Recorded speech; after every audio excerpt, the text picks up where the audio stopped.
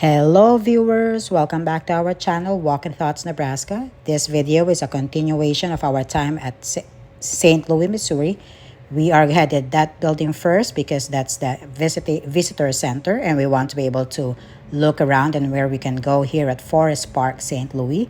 Forest Park was dedicated on June 24th, 1876, coinciding with the centenary of the United States Declaration of Independence. The ladies at the visitor center were really very helpful. We want to see as much of the forest park as we can, but this forest park is a 1,300-acre urban park. So there's going to be a lot to cover, and we're just going to cover a few spaces and hike around and see what they have to offer.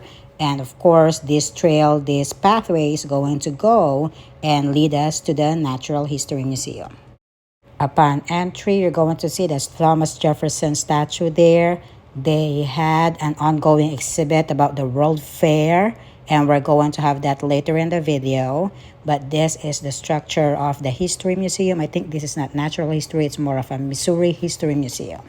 It's had spaces on different times or eras about St. Louis, how the city was built, how they are able to be what they look like right now from the era when the first settlers were here, from the Native Americans, and all of how they're able to intermingle in their history and the things that they do to be able to have a port city.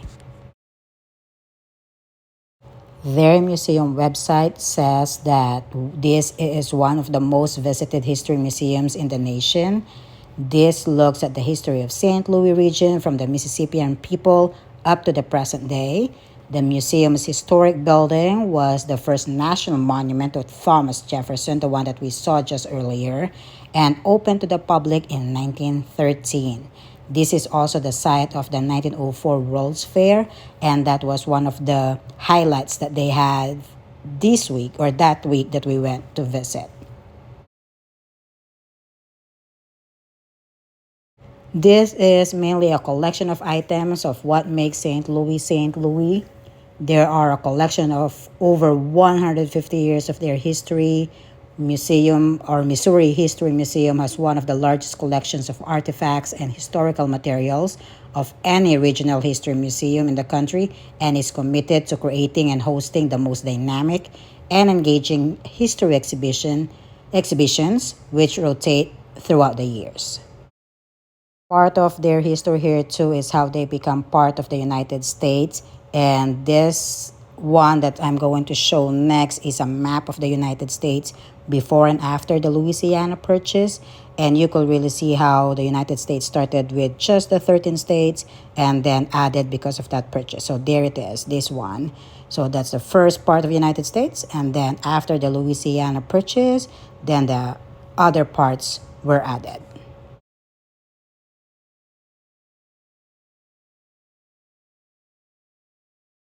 This is part of their artifacts here on how they built St. Louis. This is what they call the baseball nation or baseball history. But I'm not a fan or not a sports fan, so just take it what it is.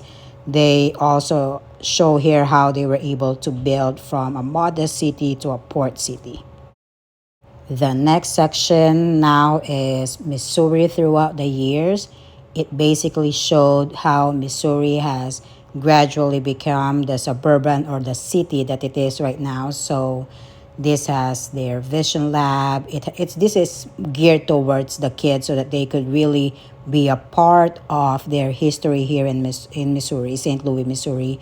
They have these sample modern houses, what it feels like to be living in St. Louis. And then the next few spots here are going to recall history seen from the eye level of a child.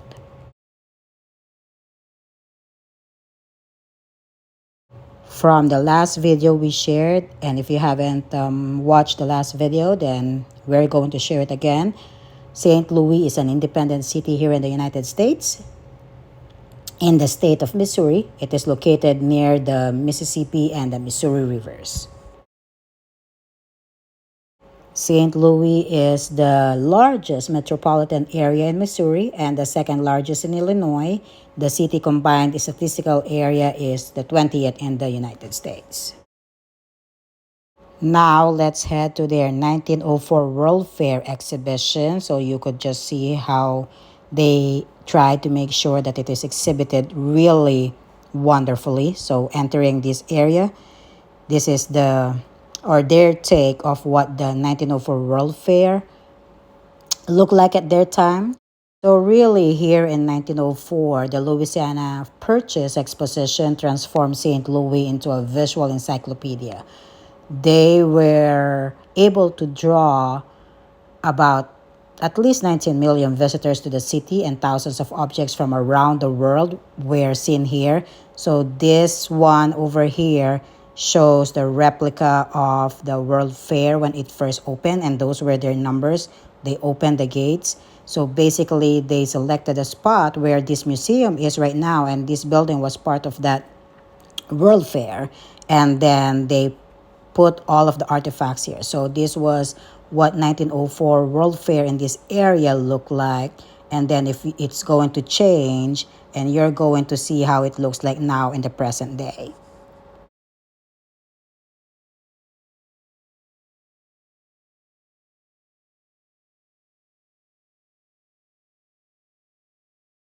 So larger than any prior international exposition, this fair covered 1,200 acres of western corner of Forest Park with 1,500 buildings constructed.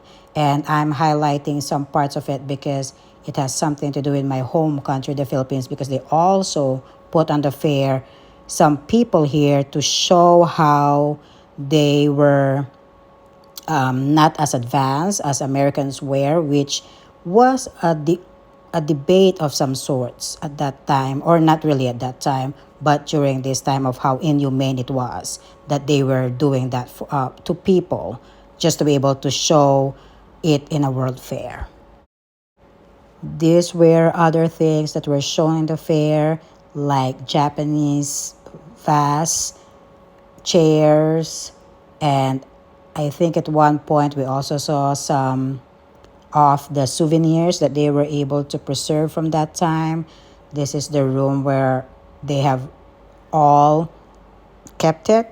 And then that map over there has information on which artifact from the fair came from which country. So, of course, after going around the exhibition, we decided that we're done here. We've explored a few bit more and read a few bit more. Then we're headed outside. So, this is going to be the last section of the World Fair exhibition that we're going to look at. And then we're going to step outside so we could explore the forest park more. This building, together with the zoo, the St. Louis Zoo, and the Art Museum, and the Palace of Fine Arts, those were the buildings that were supposed to really withstand the fair. So, not all of the buildings that they built at that World Fair is still in standing today. So, most of them are gone, and they only have a few of them left. So, for this one, we wanted to be able to go around the park some more. I think we were trying to go to the zoo, and the lady at the visitor area told us that once we're done with the museum, we're able to just walk the pathway. There will be signs, and there were signs that will lead us to the zoo. And it was good. It was breezy that day, and we were able to explore. It was all a whole lot of green, but we weren't able to anticipate how far it was.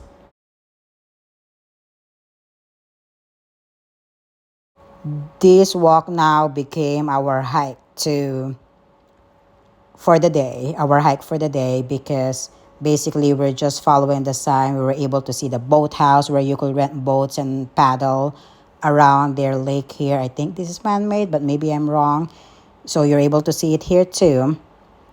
And this is the bridge going over to the other side so that we could go to the zoo, and you could see some of the people boating, paddling, and that's one of the activities that you could do here. We didn't do that, but others were willing to try it, and we continue on our walk. Like I said, this became our hike for the day because the number of steps we did, it was a whole lot, and you can see the sky, it's about to turn gray, and we're really watching on not wanting to be able to be wet. So we'll try and walk some more and we'll find where the zoo is. And finally, after I would say it's not a whole hour that felt like forever, but we've been walking and we finally reached the area where you could find or we could see the zoo entrance. And you could see that the sky is also turning a bit darker. There's a storm warning, so we'll head there. We don't want to get wet, and we'll end our video here. Thank you very much for joining us in all of our adventures. Please remember to hit the subscribe button, like button, and notification bell as well. That way, whenever we have a new video, you'll be updated. Thanks for joining us. Bye.